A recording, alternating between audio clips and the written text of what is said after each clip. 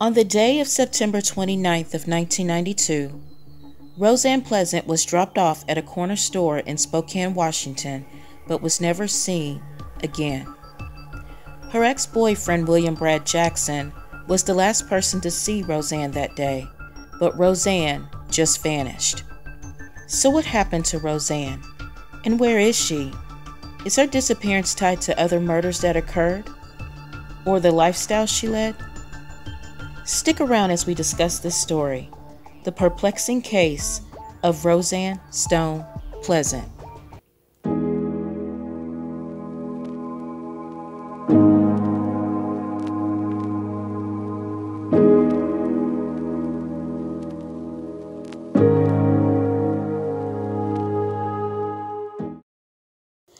Roseann Stone Pleasant was born on September 1st of 1957. Roseann had a very close relationship with her brother, John Stone. Roseann blessed the world with 4 children, one of which she shared with a man named William Brad Jackson on October 6 of 1990, named Valerie Jackson in Spokane, Washington. Their daughter Valerie would be described as a bright and loving child. Though Brad and Roseann's relationship seemed to be fine on the surface, there was some troubles behind closed doors. There were many arguments that got so severe that Brad would be arrested for assaulting Roseann. Shortly after Valerie was born, Brad and Roseann would end their relationship, and Brad would be granted primary custody of Valerie while Roseann was allowed supervised visitation. Roseann's life would take some different turns over the years when Roseann battled with drugs as well as prostitution to support her drug habit. In the summer of 1992, Roseann was working with one of her friends who was also in the same working industry as Roseann, when Roseann would witness her friend's untimely demise. Her friend was fatally shot while on a call. This would devastate Roseann as well as cause some paranoia around that time. Sometime after this, Roseann would have a conversation with her brother, John, who lived in Arizona at the time. She would mention that she was concerned about her safety, feeling as though her life was in danger, as well as being fearful of her ex-boyfriend, Brad. She would then let her brother know of her plans to move away with her 3 other children to the South. But a week after that conversation on September 29th of 1992, it was reported that Brad did see Roseann. It would also be reported that Roseann would be dropped off by a friend at a convenience store on the corner of Ash and Nora in Spokane. That is the last time Roseann would be seen or heard from again.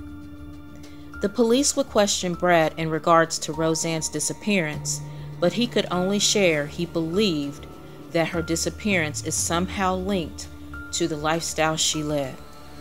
After a while, Brad stopped cooperating with the police. Days, weeks, months, and years would pass, and no word from Roseann. Brad and Valerie would go on with their lives by moving in with his parents and Brad working in construction. In the mid to late 90s, Brad would find new love with a woman named Danette Schroeder. Over time, Danette and Valerie would have a hard time getting along together.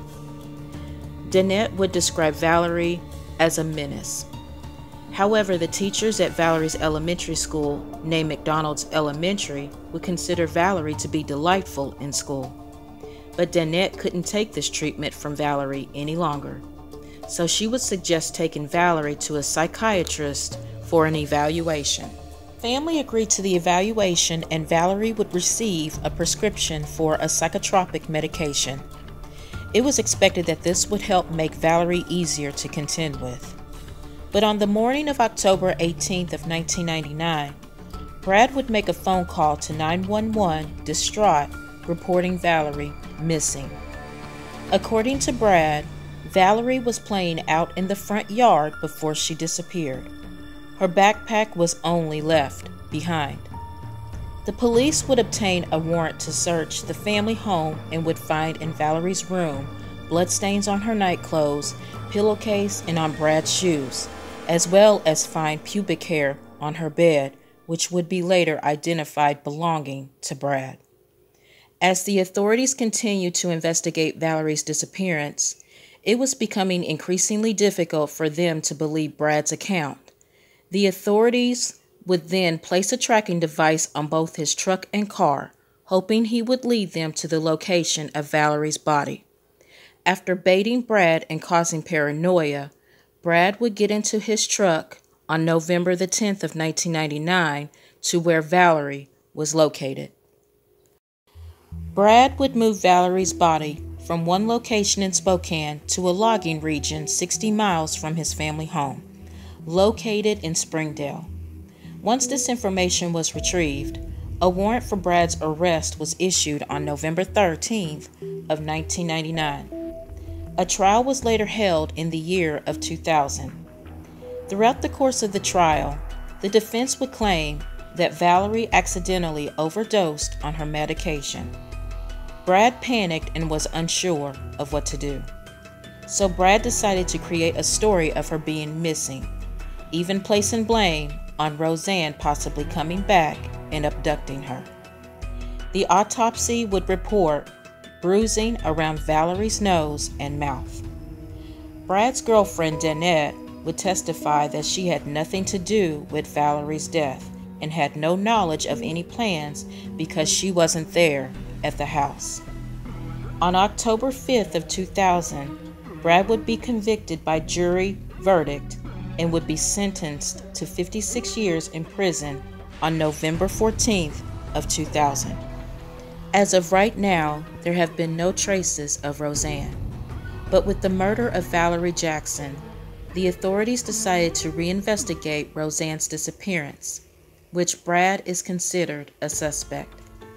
John Stone, Roseann's brother, believes that Brad is responsible for Roseann's disappearance and he could have possibly buried her body in the foundations of one of the construction sites he worked. Why would Brad murder his own daughter? Well, the prosecution believes that Valerie was in the way of him living a happy life with his girlfriend Danette at the time, so he decided to take his own daughter's life. During the investigation, it was reported that Brad asked Danette to marry him, but she not only declined, she broke up with him as well. Needless to say, Brad is right where he belongs. Hopefully one day, Roseann will be found and that there can be some sort of closure or at least some answers for the family.